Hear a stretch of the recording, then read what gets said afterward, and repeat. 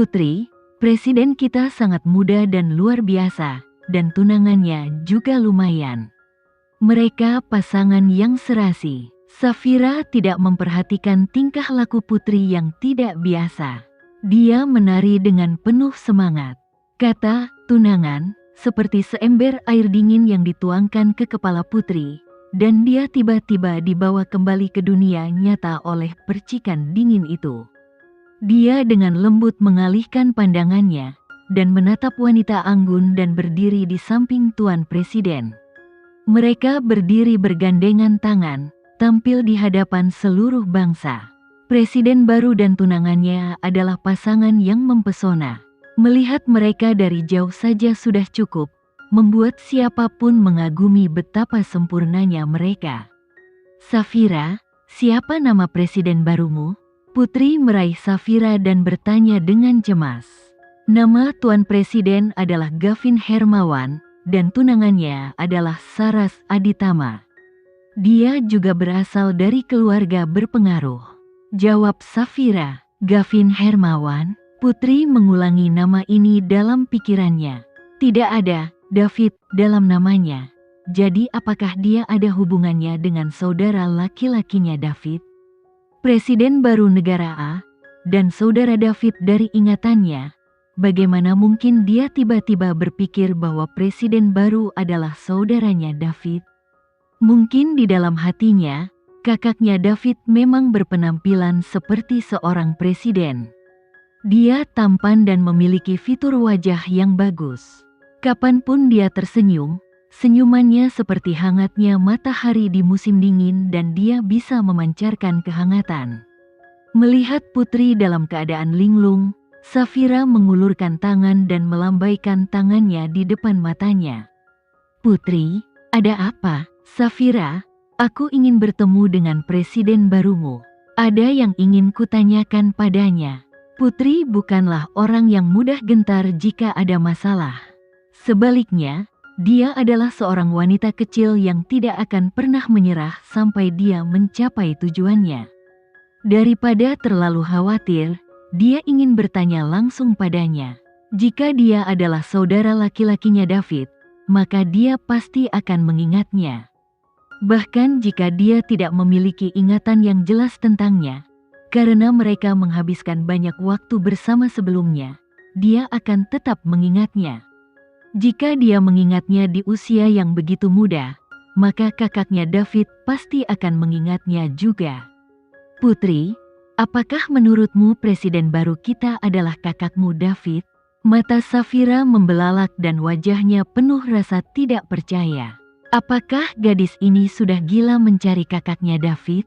Selama dia melihat pria yang enak dipandang, dia akan mengira pria itu adalah kakaknya David. Jangan banyak bertanya, aku harus menemuinya hari ini. Ketika dia membutuhkan pekerjaan untuk diselesaikan, Putri menjadi dominan dan bertindak seperti seorang pemimpin. Satu-satunya orang yang mungkin bisa membantu adalah kakakku, tapi kakakku pasti tidak akan membiarkanku mengacaukan segalanya. Safira menggaruk kepalanya dengan canggung. Putri, presiden baru jelas bukan kakakmu David.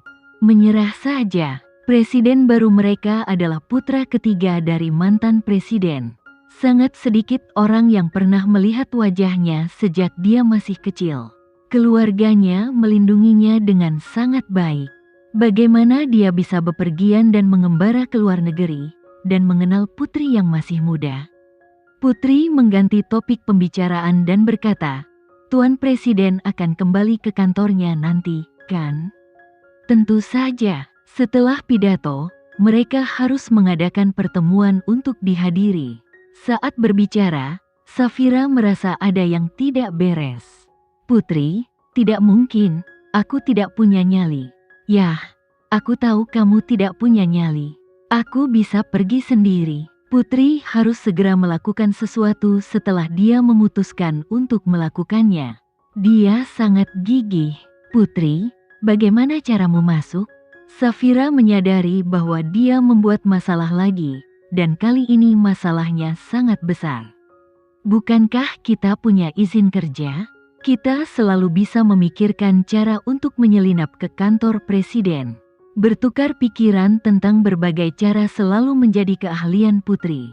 Kalau begitu, ini wilayahku, jadi aku tidak bisa membiarkanmu mengambil risiko sendirian. Safira memejamkan mata dan menarik napas dalam-dalam. Itu bukan masalah besar. Paling-paling, kakakku akan mengurungku di rumah selama sebulan. Pada periode ini, seluruh perhatian tertuju pada presiden yang sedang menyampaikan pidatonya. Keamanan di dalam Istana Utara relatif longgar, namun tetap tidak mudah untuk menyelinap ke dalam kantor presiden. Dalam perjalanan menuju kantor presiden, ada penjaga setiap beberapa langkah. Sangat mustahil bagi mereka untuk menyelinap masuk. Untungnya, izin kerja yang mereka miliki berguna. Para penjaga tidak bertanya apapun setelah melihat pekerjaan itu berlalu.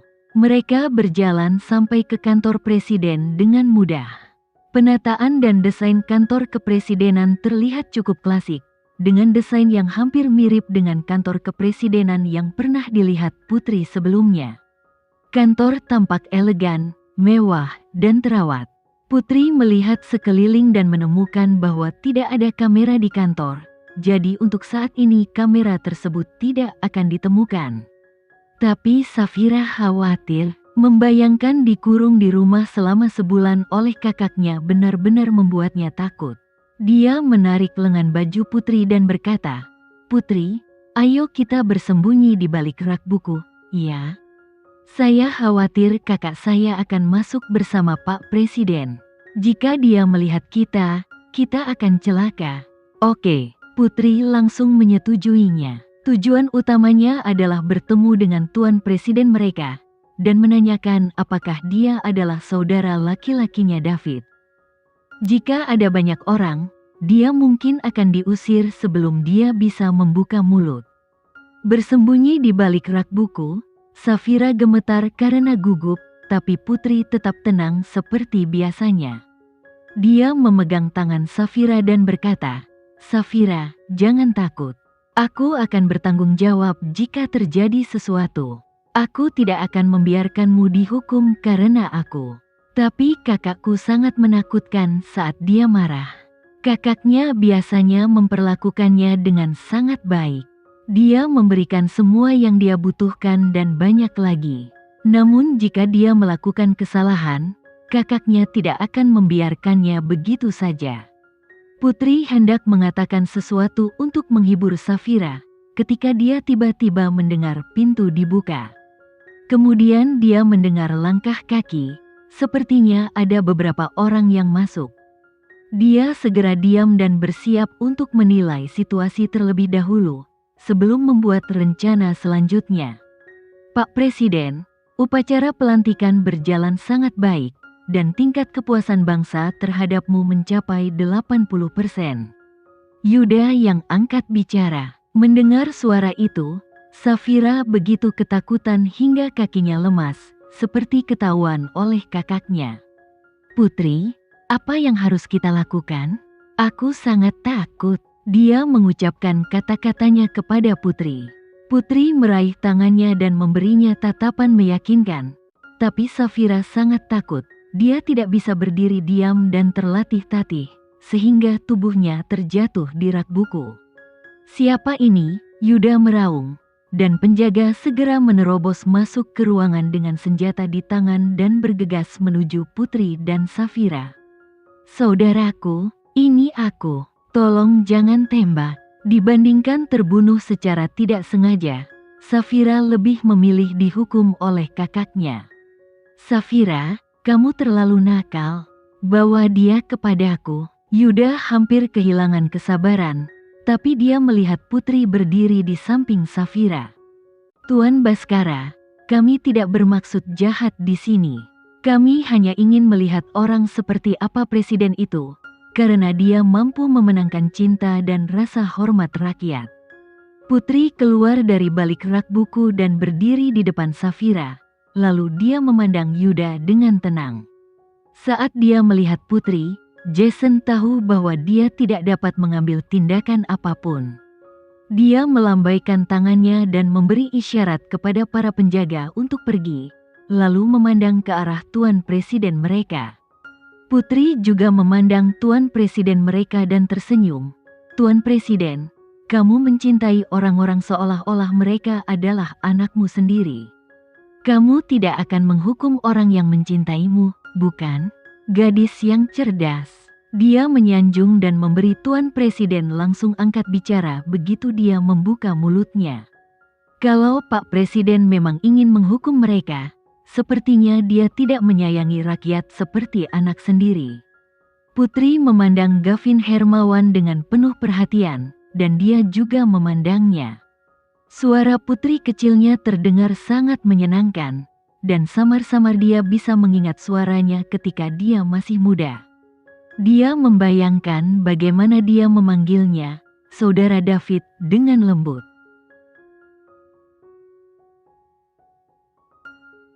Sekian dulu ya video kali ini, kita lanjutkan lagi videonya di lain waktu. Oh iya, bagaimana menurut kalian? Semoga bisa sedikit menghibur kalian semua. Untuk teman-teman yang baru nonton jangan lupa subscribe ya hehehe. Dan kalau teman-teman ada yang ingin gabung langganan bisa langsung gabung saja untuk dapat fitur yang menarik dan sedikit membantu Mimin. Terima kasih banyak sudah menonton, sampai jumpa lagi, bye.